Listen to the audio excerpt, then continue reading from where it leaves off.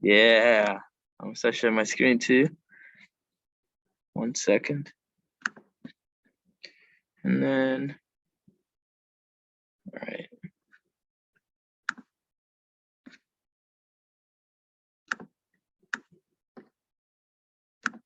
Here we go. All right. Welcome to Space City Rocketry 2021-2022 General Meeting, August 24th, 2021. Man, I'm excited. Let's see what we have scheduled for today with the meeting overview. Of course, the weekly shoutouts every week. Some, I guess, welcoming words for the new semester. Sub-team updates. We're going to be going over the trace study of the diameter of Zenith. Applications for the fall 2021, if you know anyone who wants to join. And at the end, we'll have questions for y'all. So first off, Gustavo is gonna talk about the shoutouts. All right, so as we've done since kind of like the middle of the summer, we started this little tradition where we're gonna have weekly shoutouts.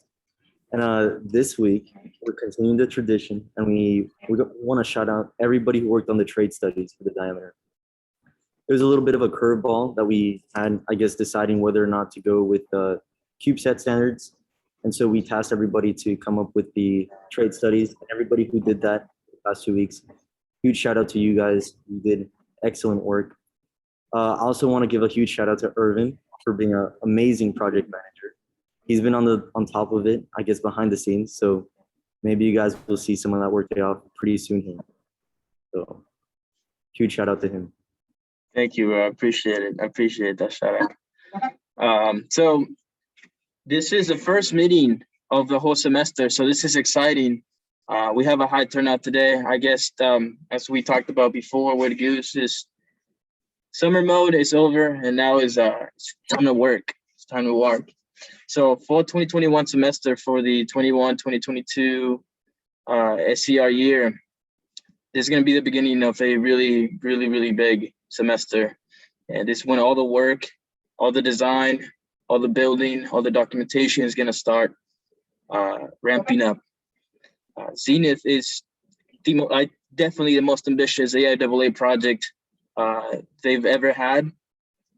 I would say it's one of the most ambitious projects in any engineering team at U of H. And if we want to complete this by June 2022, I guess we just got to get started and work on it, be at the lab, talk to your sub-team leads, communicate, get all the work done as soon as we can so we can start building and start doing the hands-on stuff. With that said, time management is going to be a huge thing this year. So don't be afraid to ask for help or take a break if you feel tired, if you're burned out.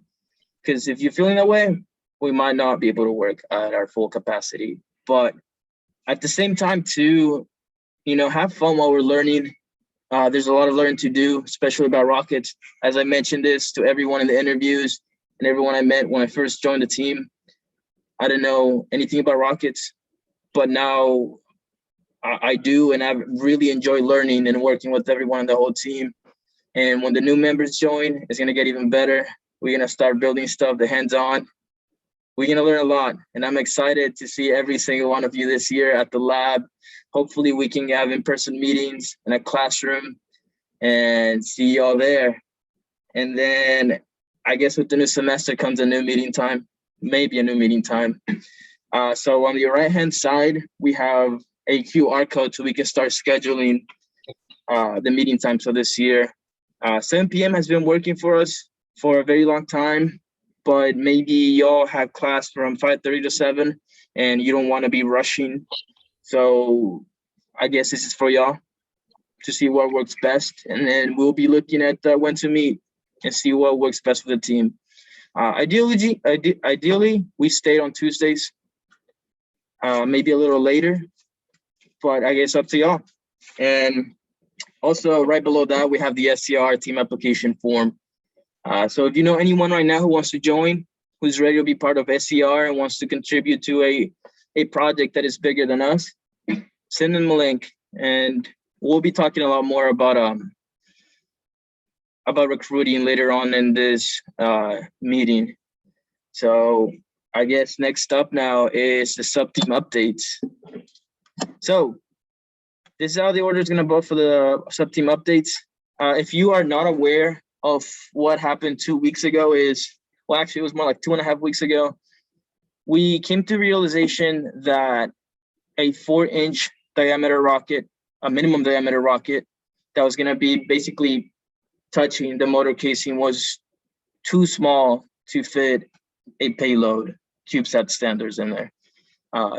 10 millimeters is fine, but the diagonal of a 10 millimeter by 10 millimeter by 10 millimeter is around 14 millimeters, which equals to 5.57 inches, which was not going to let us have that minimum diameter rocket. So we asked all the sub-team leads to have a trace study to see if we were willing to give up those 50 extra points by following the CubeSat standard rules. And it was all completed for the teams that are working on Zenith.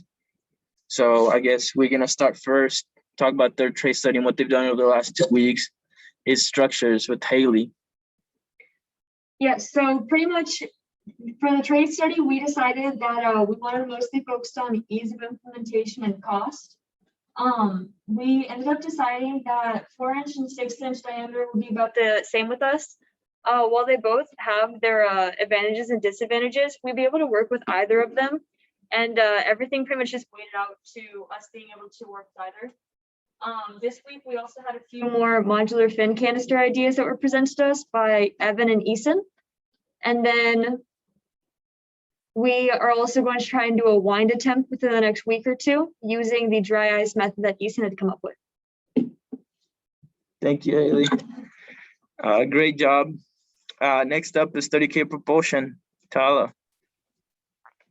Okay, so for 30K propulsion, we did complete our diameter trace study. And so next up, we will be looking at individual motors. But for the diameter, we mainly looked at cost. So motor retention efficiency and class mobility. So basically how easy is it to have an airframe that could be used like later down the line for mobility. And so and efficiency and cost, they're those self-explanatory. So we recommend so propulsion as a whole, we want to go with like a 5.5-ish or transitional diameter. So just exactly to fit the, to be CubeSat standard compliant. So just barely that. So so our original 4-inch, that one came out first, and then yeah, our 6-inch is the runner-up. So that's what we had. Thank you, Tala.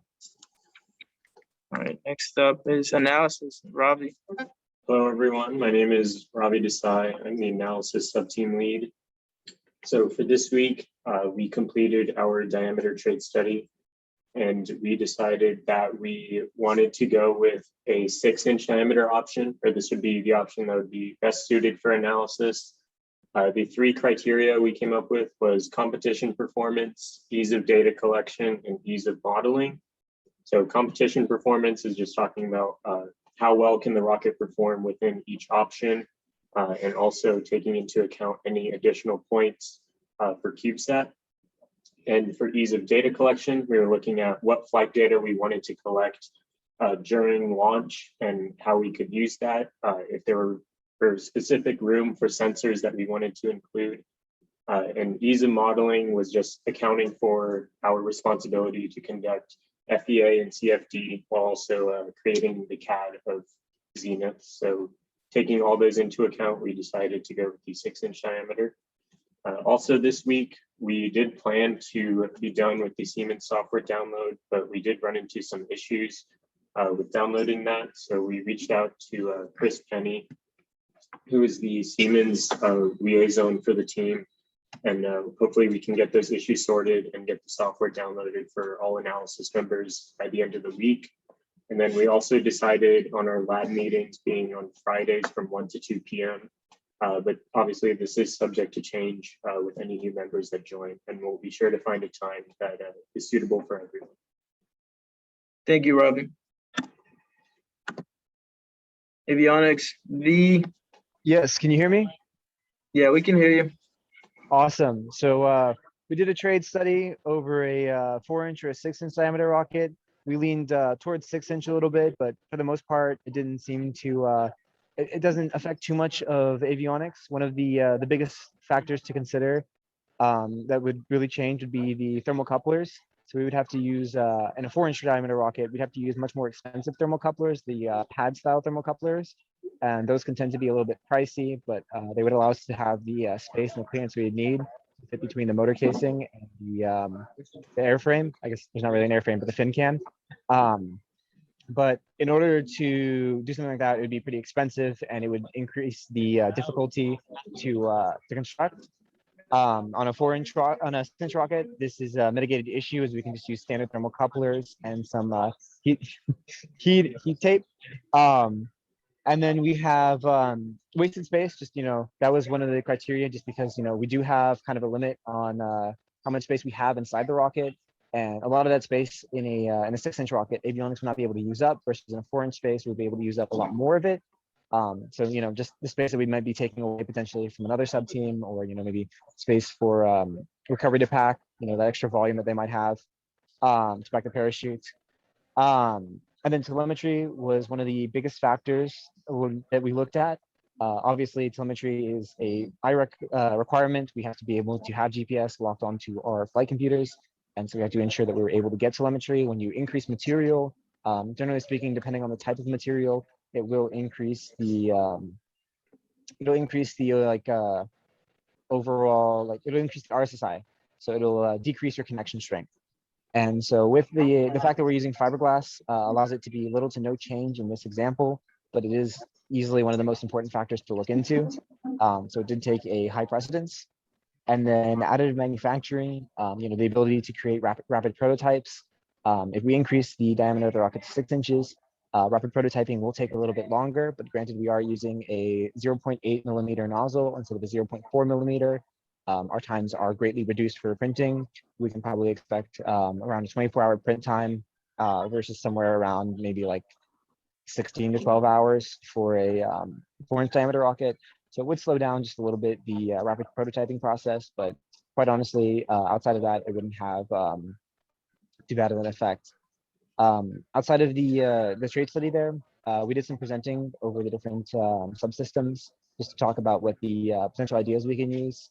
I want to wait till there is more members during our next meeting to officially decide what we're going to use and what we're not going to use. We're going to do some of the presentations, and we talked about some of the materials that is potentially available there. I just want to make sure that we have at least the majority of avionics there to be able to make that decision, as I don't want to, single-handedly make the decision on what we're going to add and what we won't add. So we'll probably get some more solid grounds on that next week. All right, thank you, V. And now recovery.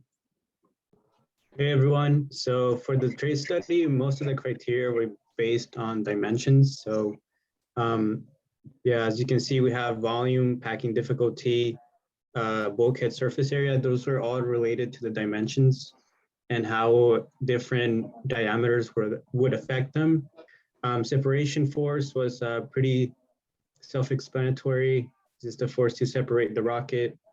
Single bay dual deployment, this one kind of relates to dimensions as well, but since there is a lot of consideration on single bay dual deployment, we included it as a separate criteria.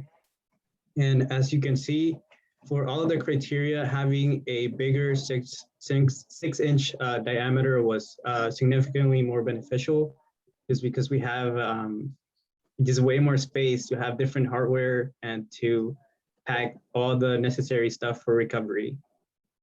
Also, thank you to everyone in recovery who worked on the trade study. But shout out to Alex and Gustavo for hopping on Discord on Sunday, I think, and helping me out with some of the criteria. Awesome, thank you. That was it for the sub-team updates. As far as what we're gonna do when it comes to deciding on the diameter of the rocket, is Gustavo and I will meet and go over what each sub-team has done as far as their trade studies go and make a final decision by the end of tomorrow. So we'll let you know, we'll update y'all on the Discord. Now to some fall recruiting. Gustavo, you wanna take over this? Yep. So as we kind of teased a little bit earlier, open the application form for applying to SCR. And so anybody who who's interested, you're free to share the link with them. I posted the link in the chat as well as the general chat for SER on the Discord. So you guys are free to share that with whoever, and then we will start the interview process about 2 weeks from now. So the application is open, and we're going to be doing some additional public recruiting from Tuesday and Thursday next week, and we will be pretty much standing in front of the library with Oberon, like just asking anything. So we kind of just build a little bit more publicity with the team, and just give an opportunity for people to learn more and maybe join the team and that kind of stuff. The following week, we will be actually the same week in class recruiting. So we'll be going to classrooms, talking to different students, and then just opening up the form to them so they can apply. And if you guys are at all interested to like go to classrooms or maybe like present to your favorite class or whatever about rocketry, you can always ask me and Irvin or any of your sub-team leads, and we will go, or we will try to set up a meeting so you can go talk about it. SER. Sunday, September 5th to 11th, so like 2 weeks from now, we will be having the interview stuff. So once you apply, we will be reaching back to you guys with the link so you guys can sign up for different interviews, and then you will be talking to me and Irvin, or whoever this applies will be talking to me and Irvin. Awesome. All right, now, if you have any questions about anything, the application, anything about the sub teams, if you don't know an aspect about the sub team, just ask about the trade studies. I guess the floor is open right now for any questions. So based on all the trade studies, it seems like we are going to have a 6-inch rocket. I feel like most of the sub teams like the idea of the 6-inch diameter rocket, but again, we still gotta read through every single detail and see and make a final decision. We'll let you know tomorrow, but from what most sub teams did on their research, a 6-inch diameter rocket looks like a better option for us. I did see that one of the sub teams mentioned 5.5 inch. I don't think any of the others did, but that the sub team that did so seemed to rate it higher over a 6. Is that still a contingency possibility? Yeah, I'm pretty sure it was propulsion. So we will actually look into that. I guess the biggest thing is something that fits the CubeSat standards. So as long as it's over 5.57 inches, I think it will be a better option than the 4 from what the sub teams completed. But that will also come tomorrow. We'll talk with Gustavo. I have a question. Yes. Have y'all done any like rough simulations on OpenRocket to see if you could actually get like a 6-inch diameter rocket to 30K? I actually have. Last semester, maybe over the summer, I can't remember exactly. I did a kind of like just rough kind of ballpark kind of thing to see if what it would take to get to 30K with a 6-inch rocket. I'd literally just strapped the biggest motor in OpenRocket to Oberon, and it does hit pretty close to 30K. So it is definitely doable. You can literally just do it with Oberon. It's just a matter of cost and how much you want to pay for the motor. So everything else is an optimization problem, how light and how, I guess, small can you make it. Okay, cool. One thing to also think about is that the goal is not exactly to hit 30K. The goal is to have a height that's 30% more or less of 30K, predicting that height and actually getting to that height when we get to spaceport. So 30% of 30K is 9,000 feet. So the minimum that the judges allow without any single deduction of points is 21,000. So if we were to get to 23,000 and we predicted 23,000, we will get the full amount of points for that. Of course, we want to get to 30,000 and get as high as we can. Do you get more points if you get like pretty much like exactly 30,000? Did you get more? Points You don't get more points if you get to 30,000 or higher. You get more points the more accurate you are to your prediction in Open Rocket or whatever you're using. I have a follow-up question to Alex's. So perhaps maybe you modeled it in Open Rocket to see that the 6-inch diameter could get the 30K, but I don't think Open Rocket is able to analyze, like, if you said that tube was made out of cardboard, you know, it's not going to be able to tell you like that tube is going to buckle under the stress. So I guess in this analysis, I was curious if you guys took into account material, because of course a carbon fiber potentially could be the only thing that would withstand like a big motor, but that's going to cost like X times more than a fiberglass body tube with 6 inches. So just curious about materials and if that factored into your decision. I think structures will consider that. As far as the simulation goes, that will come ultimately to the final design of our Zenith.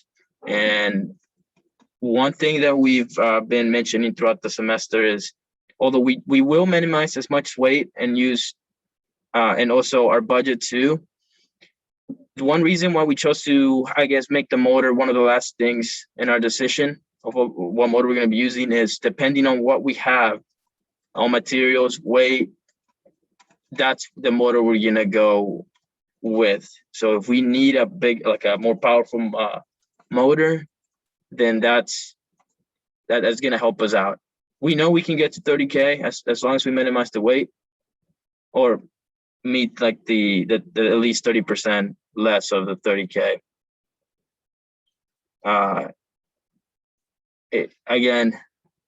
It's on the motor we end up choosing, but we will minimize the weight and do some analysis. I mean, this is one analysis for is when we choose the materials and we choose our design, that we'll be able to analyze that and make sure everything works. I don't know if you want to add anything, Goose. I guess all I would say is that we haven't actually, looked at that, or it wasn't directly taken in like a serious way when we made that decision. But it can definitely be looked at, and we could probably give you a better answer later on. Cool. Yeah, I was just curious, just because potentially a 6-inch carbon fiber body tube might be just out of your budget range. So if you say 6 inches what we need, but we need carbon fiber, you just might not be able to buy that because you don't have enough money. So potentially a smaller, airframe like a 4-inch, you could do that with carbon fiber if you have enough budget for that. So I would say maybe just take a look at that and see if it's roughly in the range. We'll look at it. Also, as far as avionics is going, radio waves don't propagate too well through carbon fiber at all, especially going up that high. Fiberglass is what we would want for that, at least around that section. I don't know if you'd want to have different sections, multiple tiers, but that would be another factor to consider. So that's something that structures has actually already talked about, because when V brought it to my attention that carbon fiber becomes an issue in that regard, we were already talking about, whenever we do get to the idea about material and everything, that we will be looking at doing maybe like partial, if we decided we have to go with carbon fiber, that we would consider doing the avionics bay itself, or whichever part that needs to have radio signal, we'll do that part fiberglass, and we'll look through all everything that would require. Okay. I would hate to create like a weak link in the rocket too, like that's the spot where it cracks in half or something. So yeah, obviously we'd have to look into all of that. But. Also, I guess that the final thing that you want to gather from the trade study is whether or not we want to give up those 50 points at competition. So not necessarily choosing a diameter that's 6 inches, but do we want to give up those 50 points and go with something lower than 5.57 inches diameter? So that's the biggest decision we're making. Not necessarily pick a specific diameter, but more, are we going to give up those points? From what it looks like, no, but we'll tell y'all. How Ben, many points are there overall? Is that like a 5% loss or like? I can do that. The competition is out of 1,000 points, and you're graded over a couple things, or you're scored rather over a couple things.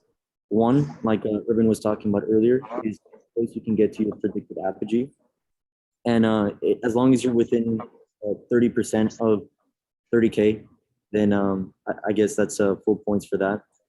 There is also technical documentation, so how well you were able to like technically describe your rocket and like document everything and present that to the judges, as well as I think last year there was a video that had to be submitted.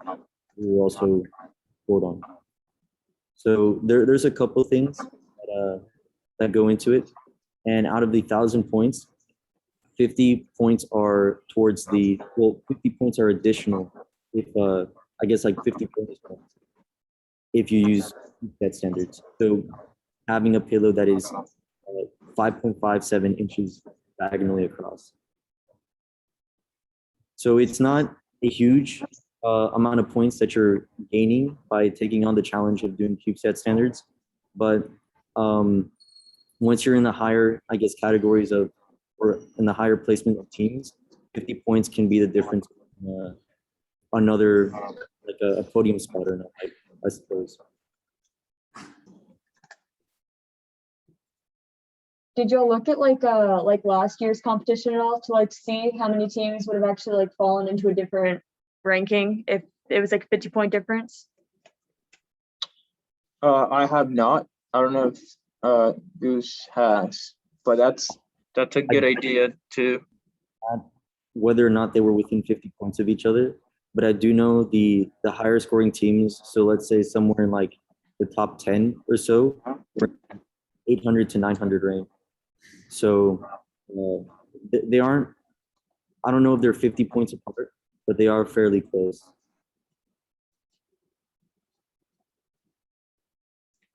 Ben Bolt, can anyone come to the public recruiting? Yeah. If anyone walks by and wants to just check out what we're about, they can go. He means can he be a part of the public recruiting? Oh, so if he can be too public, yeah. Sorry, wrong thing. Yeah, you can be part of the public recruiting. Just message Gustavo and me, and we'll tell you the times. Because we might do more than just those two we scheduled, and I don't think we like getting members to want to join the team are gonna be, I guess, a huge problem. But what I can definitely do, and somebody brought it up today, is exposure of the team. There's a lot of people on campus now. If you just carry or have a rocket on the table and like have a sign that says "Ask me about rockets," and people just see the AIAA and SCR branding, it can have a lot of exposure for the team. Any other questions? I just wanted to know, like, can members join for like as a capstone project? Yes. There are a few things. One of the biggest things we want to encourage capstone teams to talk to us about is our payload. We yet not have a payload team. So we want to just ask any capstone team if they want to work on something for that. Or if you also have any other ideas that you want to implement into Zenith, you can message Gustavo or any of the sub-team leads and me about what you have planned or where you want to work on the rocket. Okay, thank you. Mm-hmm.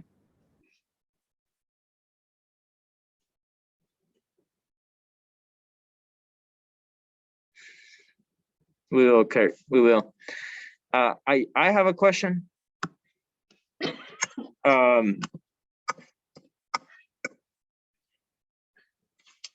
V, are you still here?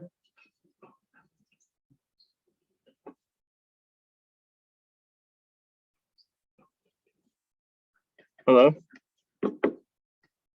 Is anyone for avionics here?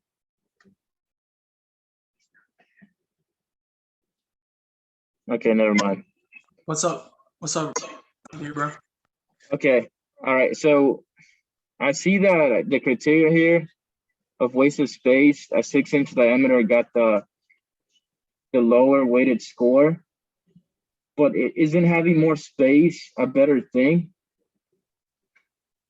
Yeah, I think V worked on this specifically, so I can't really answer directly to the rating that he gave, but I totally agree with you. More spaces would be a higher rating. Okay, because I know we talked about it. I think V and I talked about how if we want to have a thermocouples, we wanted to measure like the temperature of the motor casing. Like with the 4-inch diameter rocket, you probably wouldn't have space because it will be like almost like really tight to like run any cables or wires on it.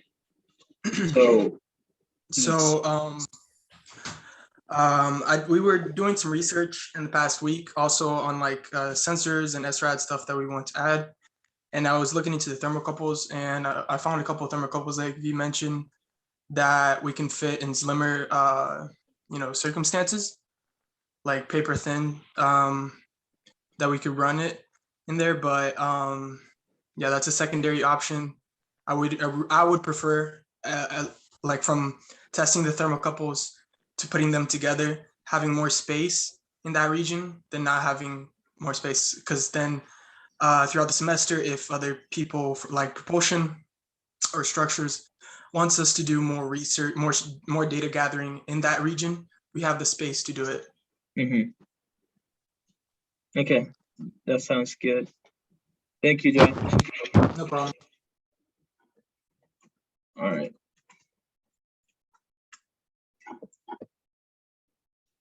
Does anyone have any other questions?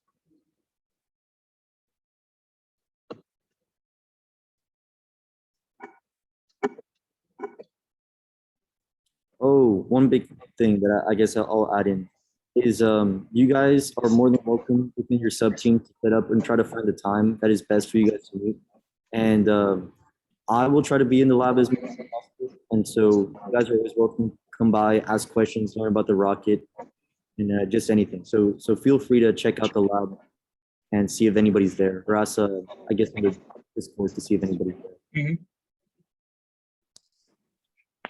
Hey, can you hear me? Yeah, we can.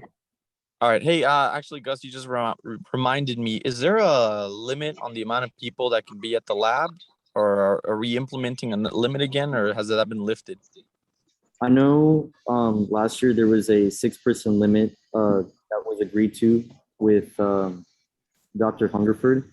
I will check in on that for you and see if that's still the case. Okay, awesome. Thanks.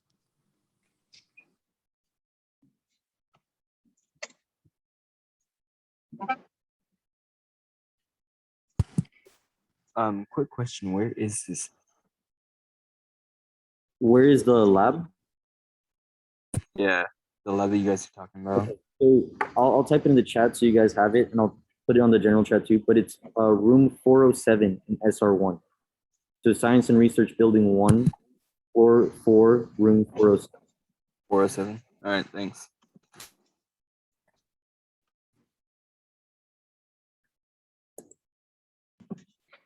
Yeah, if you want to be at the lab, you got to be there with the sub-team lead, or Gustavo, and I, also President Omar, and Program Manager, JP. So you can message anyone there. Now that we're on campus, it's a lot easier for us to just go to the lab and have you guys in there and do some work. Also, Alex and Emily too. You can message them too.